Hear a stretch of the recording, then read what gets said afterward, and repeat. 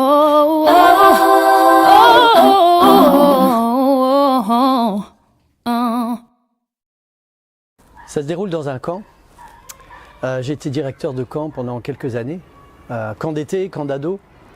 Et au début du camp, on avait toujours un objectif avec l'équipe d'animation, c'est que les jeunes qui viennent au camp puissent rencontrer leur sauveur, puissent découvrir qui est Dieu, qui est Jésus. Et cette année-là, on avait un garçon, un ado. Alors, je ne vais pas dire son prénom, mais il m'a marqué parce qu'il est arrivé et lorsqu'on a eu le premier moment spirituel à partager avec les jeunes, il a ouvert des grands yeux et il semblait ne pas comprendre, comme si on venait d'une autre planète. Et je me souviens d'un moment qu'on a vécu un sabbat matin. On avait mis les jeunes par petits groupes et on leur avait donné un texte biblique à étudier ensemble. C'était l'histoire du fils prodigue.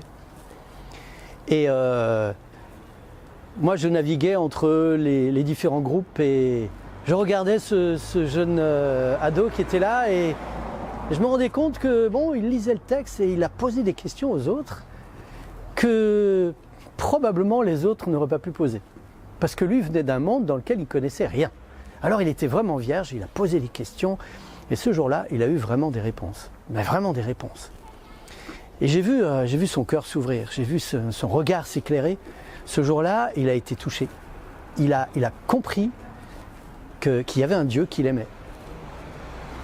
On avait aussi un autre objectif dans les camps, c'est que si les jeunes vivaient une expérience avec leur Dieu, c'est de pouvoir le partager avec les personnes qui étaient là autour de nous. On était dans un camping et donc c'est ce qui s'est passé. Les jeunes ont vécu quelque chose de fort avec leur Dieu et donc on a monté un petit spectacle où ils pouvaient partager ce qu'ils avaient vécu avec des chants, avec des petites scénettes, les décors qu'ils ont faits, etc.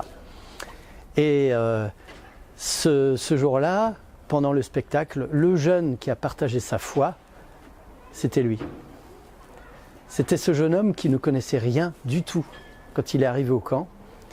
Et je l'ai vu les larmes dans les yeux parler de son sauveur à la fin du camp, c'est-à-dire à peine 15 jours après.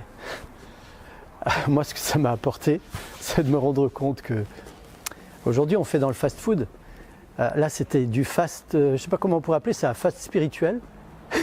Le Seigneur touche les cœurs et ça ne prend pas forcément des années ou des décennies. Le Seigneur touche les cœurs et les cœurs qui sont ouverts répondent.